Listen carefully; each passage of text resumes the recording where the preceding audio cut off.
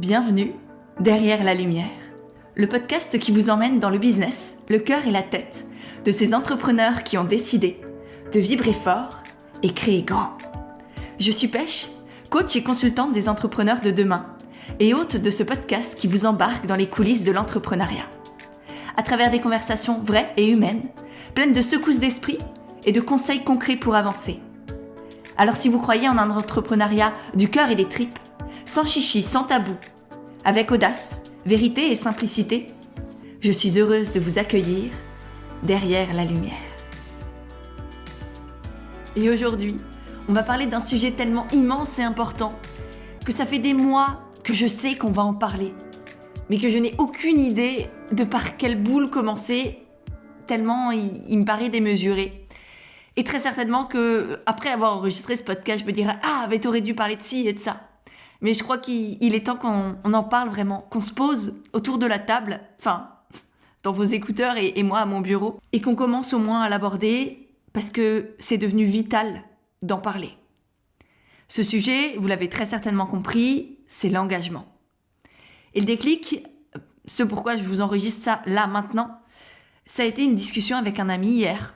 On était en train de se balader, on s'est posé sur un banc et on a commencé à parler de tout ce qui se passe sur notre belle planète actuellement et ce qu'on est en train d'en faire. Quand j'enregistre ce podcast, on est début novembre 2024. Les élections américaines viennent d'avoir lieu. Donald Trump a été élu face à Kamala Harris. On est aussi en pleine guerre à droite, à gauche.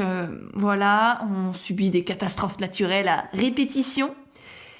Et puis du coup, avec cet ami, on se demandait mais à quoi ça sert en fait tout ça ? À quoi ça sert qu'on se batte ? À quoi ça sert nos actions, nos engagements, que ce soit politique ou pas du tout, juste nous dans notre consommation, dans notre manière d'agir, dans notre manière d'entreprendre, etc.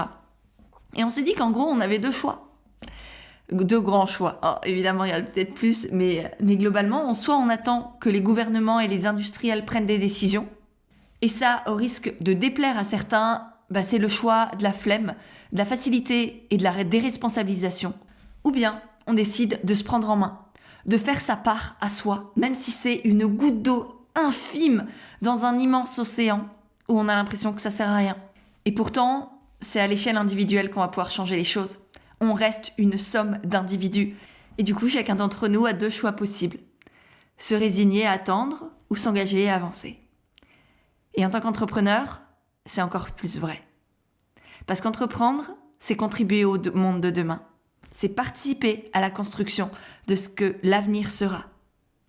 Et du coup, on retrouve à l'échelle micro ce qui se passe à l'échelle macro pour chaque entrepreneur. Soit on est focalisé sur soi, sur son plaisir à court terme, sur l'argent facile qu'on peut se faire, sur la croissance à tout prix et compagnie.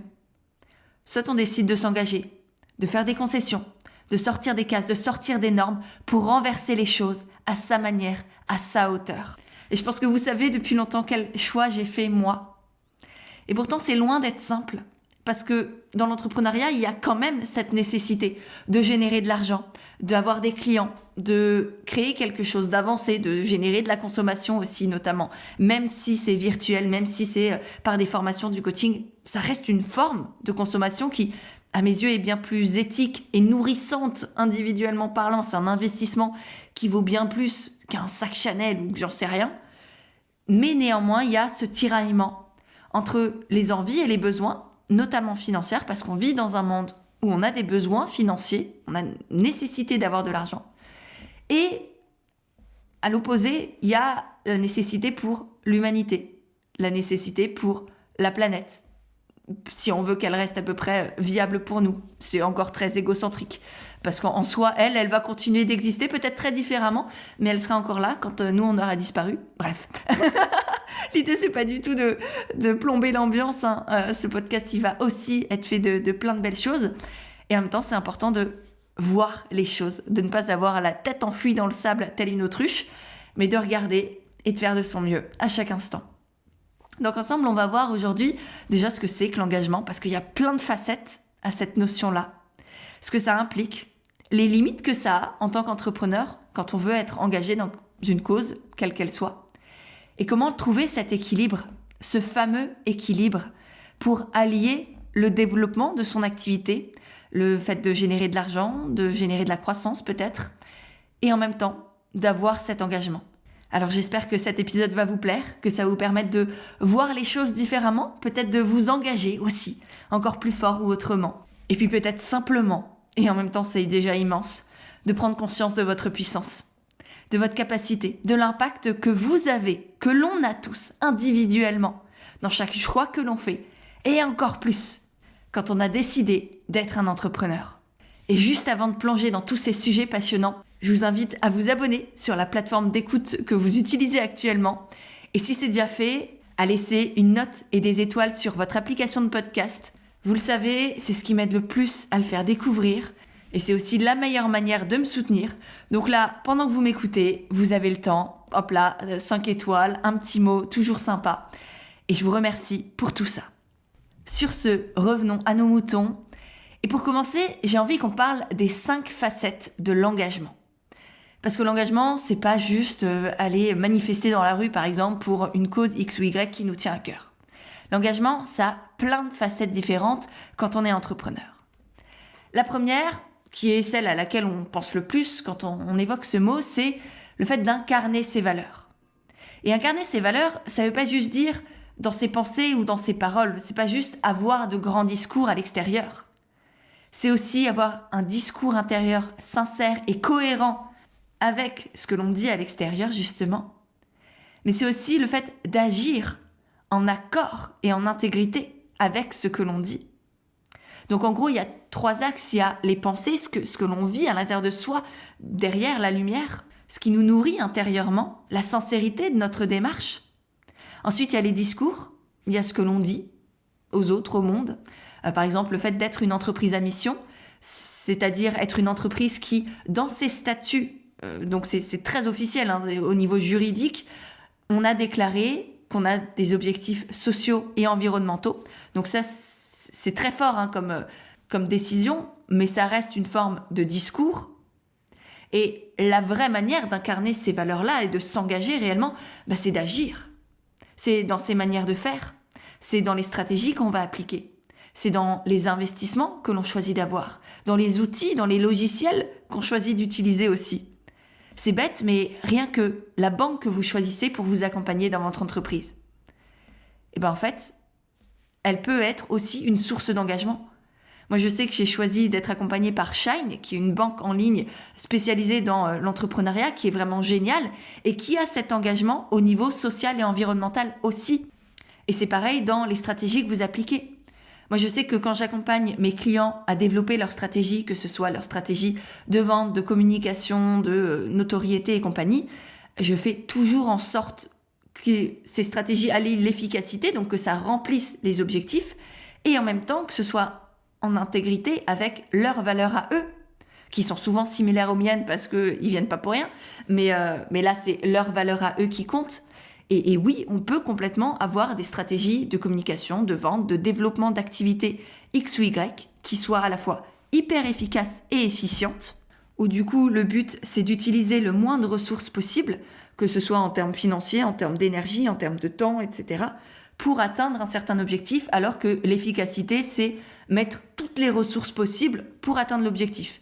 Ce qui veut dire consommer beaucoup plus aussi. Donc, la recherche d'efficience est hyper intéressante et importante, notamment quand on a pour un engagement écologique, par exemple. Et donc, tout ça pour dire que oui, c'est complètement possible d'allier l'efficacité pour développer son chiffre d'affaires et sa visibilité, tout en restant humain, éthique, respectueux au niveau social, environnemental. Et on n'est pas du tout obligé de manipuler. C'est même l'inverse. La manipulation, ça se ressent. Les gens ne sont pas cons. Les stratégies, on les connaît. Et sur la durée, surtout, c'est absolument catastrophique pour une entreprise d'être constamment dans la vente à outrance et la manipulation. Les gens, ils ne rachètent pas. Alors qu'en étant éthique, moi, je sais que mes clientes, elles viennent, elles reviennent, elles me recommandent et compagnie. Et c'est beaucoup plus simple, c'est beaucoup plus léger et pérenne pour une entreprise de fonctionner ainsi. Et c'est du coup la manière dont j'accompagne aussi mes clients à faire parce que sur tous les plans, c'est ce qui est le plus pérenne, efficace à court terme et à long terme. Donc je vous invite vous aussi là à vous demander comment j'incarne dans mes actions mes valeurs à moi. c'est quoi les valeurs de mon entreprise déjà, et ensuite, au-delà des discours, de ma communication, de ma page à propos qui est remplie de jolis mots, comment dans mes actions, dans les outils que j'utilise, dans tout ce que je fais, j'incarne aussi tout ça.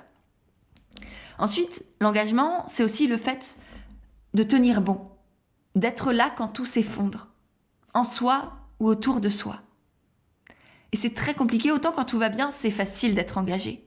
Mais quand ta vie se casse la gueule, ou quand le monde part en cacahuète, là il en faut du courage, de l'intégrité et de la force à l'intérieur de soi pour continuer à avancer. Et je vous en ai parlé dans le podcast précédent, et d'ailleurs merci pour vos retours, parce que je pense que vous avez ressenti à quel point il était compliqué, douloureux, challengeant pour moi à enregistrer, et vous avez été juste incroyables dans vos messages. Donc merci pour ça. Mais je vous partageais du coup, c'est cette tempête intérieure dans ma vie privée que j'ai vécue et qui du coup a eu un impact immense aussi dans mon entreprise, qui a été très compliqué aussi à gérer. Et plus d'une fois, j'ai failli tomber dans la facilité de j'abandonne tout et je retourne dans le salariat, et en même temps, c'était juste hors de question. Pour une notion aussi d'engagement envers moi-même déjà et envers mes valeurs aussi. Donc, l'engagement, c'est ne pas tomber dans la facilité du désespoir, de l'abandon ou de la haine. Et là, je repense à la période qu'on a vécue il y a quelques années avec le Covid notamment, où je vous avais fait un épisode de podcast aussi sur la notion d'intégrité, sur le fait de se battre, même quand la majorité est complètement en désaccord avec ce que l'on fait et qu'on se retrouve complètement isolé. Et c'est ça, être engagé en fait. C'est être là quand tout va mal. C'est tenir tête, c'est tenir la flamme, c'est garder sa lumière à l'intérieur de soi. C'est continuer même quand tout semble perdu. Et j'en parlais avec mon ami justement hier, et je lui disais, mais en fait, j'en ai rien à faire que ça n'ait pas de sens pour les autres, ce que peut-être je ferai dans ma vie.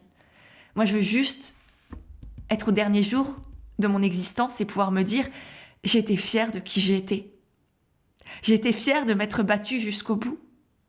J'ai été fière d'être restée intègre avec ce en quoi je croyais et le monde dans lequel je voulais vivre et ce que je ressentais pour cette vie justement. J'en ai rien à foutre d'être millionnaire et d'être renommée quand ce monde partira en cacahuète.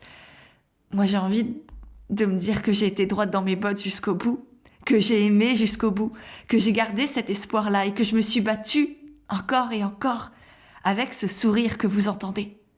Parce que même si ça m'émue dans les tripes, au fond du cœur, je garderai ce combat et je garderai ce sourire avec moi. Et c'est comme ça que j'ai envie de passer ma vie et de la finir aussi. Parce qu'à mes yeux, il vaut bien mieux une vie vécue à la hauteur de nos valeurs qu'une vie subie en étant un mouton emprisonné dans des normes, des regards et des stéréotypes. Donc voilà la deuxième facette de l'engagement. Le fait d'être là, en soi et avec soi, quand tout s'effondre. On passe maintenant à la troisième facette qui est le fait de retrouver le sens et le sentiment de contribuer. On ne pourra jamais tout changer, mais on peut faire le choix d'aller dans ce sens-là, dans ce en quoi on croit, d'impacter à son niveau, de déployer toutes ces ressources intérieures, quelles qu'elles soient, à notre hauteur. Et non, on ne peut pas changer le monde, mais on peut changer les choses, on peut faire cette part du colibri qui est à la fois absolument ridicule pour certains, mais évident et nécessaire pour d'autres. Et on peut entreprendre avec cette éthique, avec cette stratégie, avec cette joie. Et je pense que c'est aussi comme ça que l'on sort du sentiment d'impuissance et de tétanie, en fait. Et moi, il y a parfois des choses que je vois dans les médias qui me tétanisent et qui me bloquent complètement par la peur, par la tristesse, par la colère, par plein de choses qui se jouent en moi. Et j'ai la sensation, et je serais très heureuse que vous m'envoyiez un message sur Instagram ou par email, par exemple, ou en commentaire sous cet épisode, en me partageant si vous ressentez ça aussi. Et moi, je sais que ce qui m'aide, c'est justement de reconnecter à ma mission, au sens de ce que je fais, aux valeurs que j'ai envie de porter. Et ça me remet en marche, et ça me redonne cette énergie, cette motivation, presque encore plus fort qu'avant. Donc, c'est nécessaire aussi cet engagement pour continuer d'avancer parfois. Ensuite, être engagé, c'est aussi soutenir et porter celles et ceux qui ont la même vision Et ça fait du bien dans un monde où très souvent on a été habitué à rabaisser, à juger, voire à taper sur les autres, physiquement ou par des paroles, sans prendre sa vérité pour la vérité, en acceptant avec humilité que on a chacun nos opinions et c'est juste normal et c'est même nécessaire dans ce monde-là. Donc évidemment, j'ai des jugements sur, par exemple, Donald Trump, mais j'accepte quand même qu'il a sa vision. Ça veut pas dire que j'ai pas envie de pleurer tous les soirs quand je vois sa tronche, mais voilà. En tout cas, j'accepte qu'il a le droit d'exister sur cette planète. S'il pouvait en prendre soin, ce serait quand même mieux, mais bon. Voilà, et c'est se battre avec ce que l'on a, avec ce qui l'on est, ouvrir son esprit et en même temps se sentir contribuer. Et du coup, ça m'amène à la 5e facette de l'engagement, qui est le fait d'agir ensemble. Au-delà de supporter et de se soutenir les uns les autres et d'échanger, il y a aussi le fait de se rassembler, de fédérer une communauté, de créer de la confiance, d'avancer ensemble. Avec nos valeurs similaires, avec des engagements concrets, avec parfois un ennemi commun, et on en a besoin. Voilà, c'est comme ça qu'on fonctionne, par clan. L'humain fonctionne par clan, par groupe, et souvent un clan se rassemble autour d'idéaux, d'objectifs, et a aussi un ennemi commun à combattre, et ça donne du sens, et ça permet d'avoir aussi un objectif, justement. Donc, ça veut dire aussi accepter qu'on perdra peut-être des gens en chemin, des proches, notre famille, des amis, qui ont des opinions, des valeurs différentes. Mais que par contre, quand on est entouré de personnes qui ont une vision, des envies similaires, ça nous porte également. Et moi, je sais que j'ai longtemps eu du mal à accepter la critique, à accepter de vraiment créer des conflits parfois, ou accepter simplement que moi, je ne plaisais pas à tout le monde. Hein. C'est loin d'être facile. Mais je sais qu'à chaque fois que ça arrive, c'est parce que j'ai osé prendre position pour ce en quoi je crois. Et je suis fière d'être cette femme-là.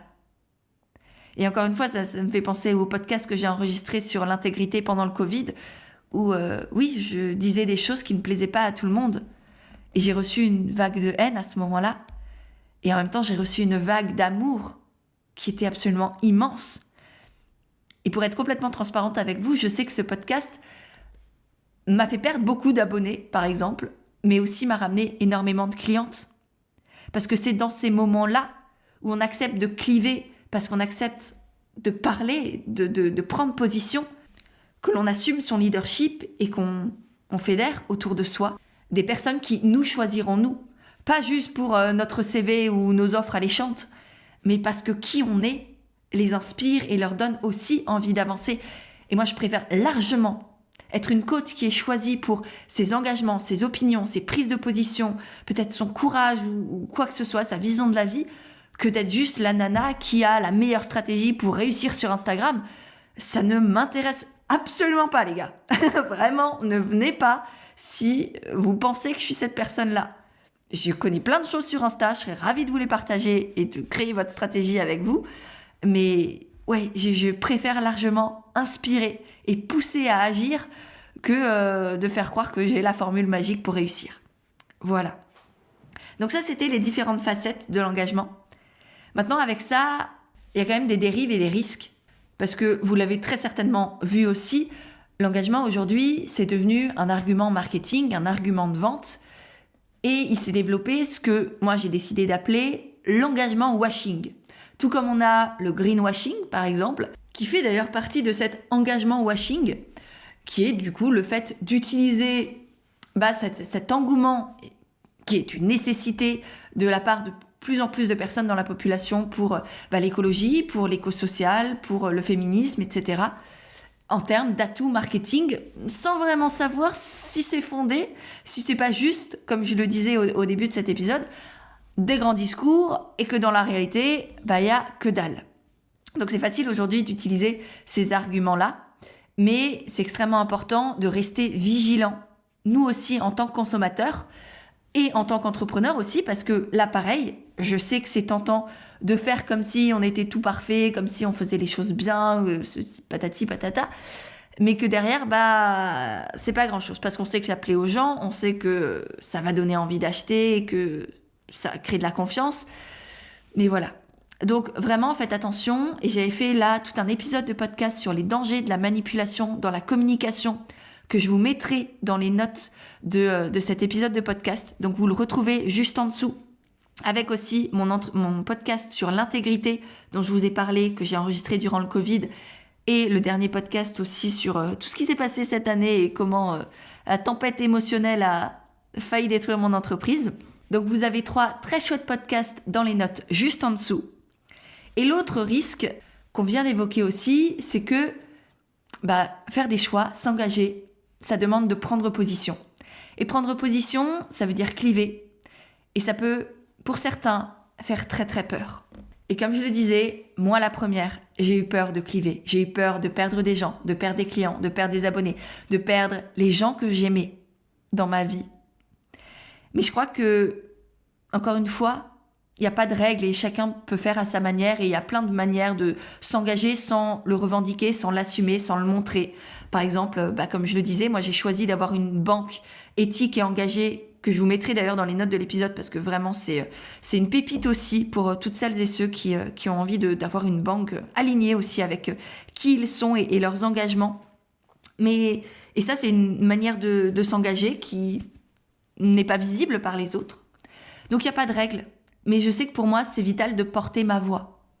Je veux être une femme qui s'engage, une femme qui ne regarde pas sans cesse son nombril et ses petites peurs, mais qui veut contribuer, qui veut agir, qui veut être fière d'elle-même à la fin de la journée et à la fin de sa vie aussi. Donc même si cet engagement, il est en soi tourné vers le monde, les autres, la planète, etc., il est aussi extrêmement égoïste. C'est juste parce que moi, personnellement, j'ai envie et besoin de fermer les yeux le soir en étant fière de moi. Parfois la peur au ventre, oui, évidemment, mais toujours le sourire aux lèvres et le cœur ouvert. Et maintenant qu'on a parlé des dérives et des risques de l'engagement, j'ai envie de vous partager des conseils pour allier votre développement d'entreprise au niveau du chiffre d'affaires, au niveau de la visibilité, au niveau de tout ce que vous souhaitez, et en même temps, cet engagement qui nécessite parfois de perdre, de faire moins ou différemment, mais qui est, à mes yeux, devenu une nécessité. Le premier conseil, c'est de faire de vos valeurs des critères de décision. Ça nécessite évidemment d'avoir travaillé sur ses valeurs personnelles et les valeurs de son entreprise, qui sont souvent similaires, mais qui peuvent avoir aussi des petites différences. Donc, bien bosser là-dessus.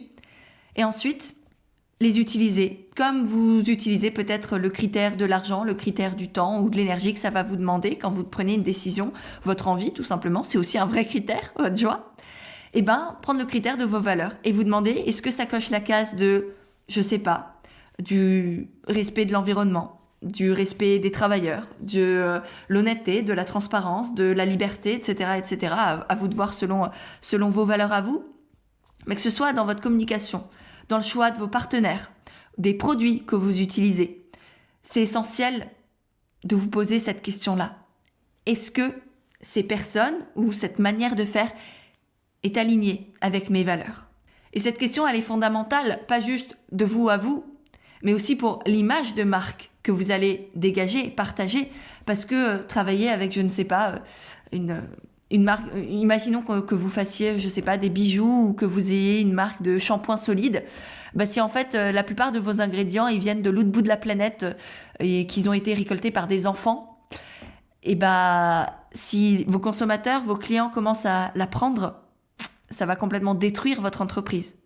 Donc rien que pour l'image que vous avez auprès des gens, c'est essentiel de faire les bons choix en accord avec ces valeurs-là. Et parfois, ça nécessite de renoncer à des opportunités plus lucratives financièrement parlant à court terme pour renforcer votre crédibilité, votre taux de fidélisation et la confiance que vous portent les gens.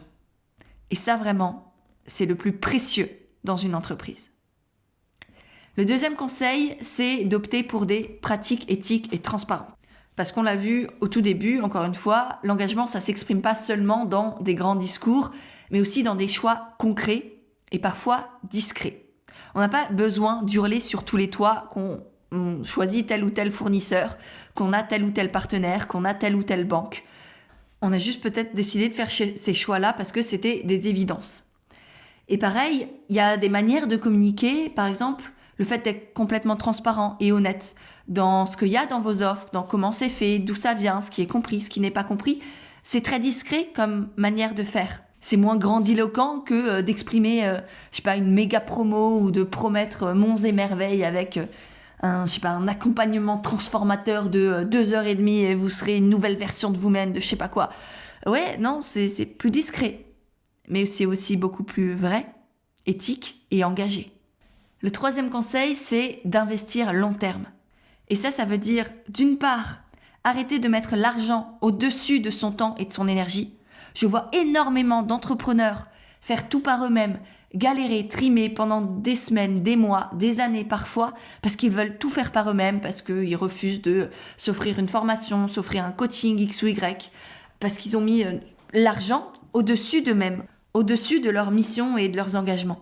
Et du coup, ils se laissent contrôler par souvent la peur de manquer, la peur de perdre, la peur de ne pas générer assez d'argent, de plus avoir de clients, etc. Et du coup, l'argent domine leur vie, domine leurs choix, ce qu'ils s'autorisent à être, à faire, etc. Et ça fait que, peu importe nos rêves et les engagements qu'on aimerait avoir, on n'a aucun impact parce qu'on se laisse gouverner par les euros au-dessus de notre tête. Donc ça, c'est première chose à transformer. Mettez l'argent dans vos mains. Reprenez votre pouvoir sur l'argent. Et là, pareil, j'ai fait toute une série de podcasts et j'ai même un guide offert, une sorte d'expérience que j'ai créée autour de l'argent pour apaiser sa relation à l'argent. Je vous le mets aussi dans les notes de l'épisode si vous ne l'avez pas encore fait. Vraiment, c'est crucial d'avoir une relation à l'argent saine, sereine et équilibrée. Donc, premier point, c'était ça. Deuxième point, c'est arrêter de vouloir payer constamment le moins cher possible, de grappiller du gratuit un peu partout. Au bout d'un moment, vous avez des rêves, des objectifs, des ambitions, des engagements qui comptent pour vous. Et oui, ça nécessite parfois de payer un peu plus cher. Que ce soit des fournisseurs, que ce soit des outils, des logiciels, des banques. Choisir une banque engagée française ou choisir un service d'emailing par exemple français, ça coûte peut-être un peu plus cher. Mais là encore, quel humain vous voulez être? Et c'est d'ailleurs exactement pareil dans le choix de vos coachs ou de vos mentors. Oui, il y a des coachs qui se vendent peut-être, 30 balles de l'heure. Mais est-ce qu'ils vous inspirent vraiment? Est-ce qu'ils vont vraiment vous porter? Comment vous ressentez vous-même à leur côté? Est-ce que vous vous sentez énergisé, dynamique, plein d'idées? Ou est-ce que du coup vous avez pris cette personne parce que c'était la moins chère du marché, vous vous êtes dit ouais il me faut un coach, du coup je me fais accompagner par elle? Ça n'a pas de sens. Autant garder votre argent, vraiment. Vaut mieux économiser un peu plus, s'offrir 2 mois de coaching à la place de 6 mois, mais vraiment avancer avec quelqu'un qui vous soutient, qui vous inspire, qui vous porte, qui vous permet de voir la personne exceptionnelle que vous êtes, plutôt que quelqu'un qui, ne vous fait entre guillemets ni chaud ni froid. Donc vraiment, osez investir en vous, dans votre entreprise et surtout, voyez long terme. 4e conseil, ça va être de créer des offres qui éduquent et qui inspirent, notamment dans vos produits, dans vos services. Faites en sorte que ça aide les clients aussi à adopter des pratiques plus responsables, peut-être plus alignées avec vos valeurs, ou simplement les sensibiliser à une autre vision du monde pour leur ouvrir l'esprit et que chacun fasse ensuite un peu son marché dans ce pourquoi il a envie d'agir. Mais c'est important, par exemple, si vous êtes dans la formation ou le coaching, intégrer aussi des modules de sensibilisation ou des alternatives éco-responsables dans vos contenus. Par exemple, je vous ai parlé de Shine, qui est la banque dans laquelle je suis. Peut-être que vous n'étiez pas au courant qu'il y avait des banques plus éthiques et engagées qui existaient. Donc voilà, d'une certaine manière, je sème une graine, vous en faites ce que vous voulez, mais j'ai fait une partie du travail en vous sensibilisant à une autre manière de faire. Et pour finir, le 5e conseil, c'est de développer un réseau de partenaires engagés. Que ce soit des réseaux locaux, que ce soit des masterminds avec d'autres entrepreneurs qui partagent les mêmes valeurs. Moi, je sais que dans mon parcours entrepreneurial, ça a été game changer, comme on dit. Il y a eu un avant et un après. Au début, j'étais toute seule dans mon coin avec mon coach qui était génial, mais très solitaire. Et le jour où je me suis ouverte à des réseaux d'entrepreneurs qui étaient engagés comme moi, pas n'importe qui, parce que sinon on part vite aussi dans des dérives et on commence à se comparer à je sais pas qui vend n'importe comment, on va dire, sans jugement évidemment. Si, tout à fait. Bref, le fait de m'être entourée dans un mastermind notamment, qui est génial, ça me sort de la solitude, ça sort de l'impression de ne servir à rien, d'être tout seul à se battre contre des moulins à la Don Quichotte. Ça permet aussi du coup de multiplier son impact parce qu'on est ensemble. Ça renforce notre image d'engagement, notre image de marque aussi du coup. Ça permet de fédérer une communauté encore plus large parce qu'on peut agglomérer les différentes communautés de ce réseau. Et puis du coup, ça permet d'accroître aussi la portée de nos messages, de nos contenus, d'avoir encore plus de puissance. Et du coup, que nos engagements concrets servent bien plus grand que si on était resté tout seul dans notre coin. Donc vraiment, rejoignez des réseaux d'entrepreneurs, des masterminds en ligne, au niveau local, peu importe, avec des personnes qui vous inspirent, qui vous animent, qui ont fait ce chemin aussi et qui ont envie d'avancer avec vous. Vraiment, c'est incroyable ce que l'on vit, d'une part intérieurement, humainement, mais aussi au niveau entrepreneurial. Bref, je vous invite juste à le vivre. Donc voilà, on a fait le tour de ce podcast sur l'engagement. Avant de finir, j'ai une question pour vous. J'ai envie de savoir si vous avez fait le choix, vous, dans votre entreprise, d'être engagé pour une cause X ou Y, pour votre mission. Quelle est votre mission ? Dites-moi, laissez-moi un petit commentaire. Là, ça peut être sur l'application de podcast que vous utilisez. Ça peut être en m'envoyant un message sur Instagram. Mais j'ai envie de savoir. Je crois que j'ai même besoin de savoir qui vous êtes. Où est-ce que vous en êtes ? Pourquoi vous œuvrez, vous aussi, qui m'écoutez toutes les 2 semaines sur ce beau podcast. Donc voilà, je vous remercie d'avance pour vos messages.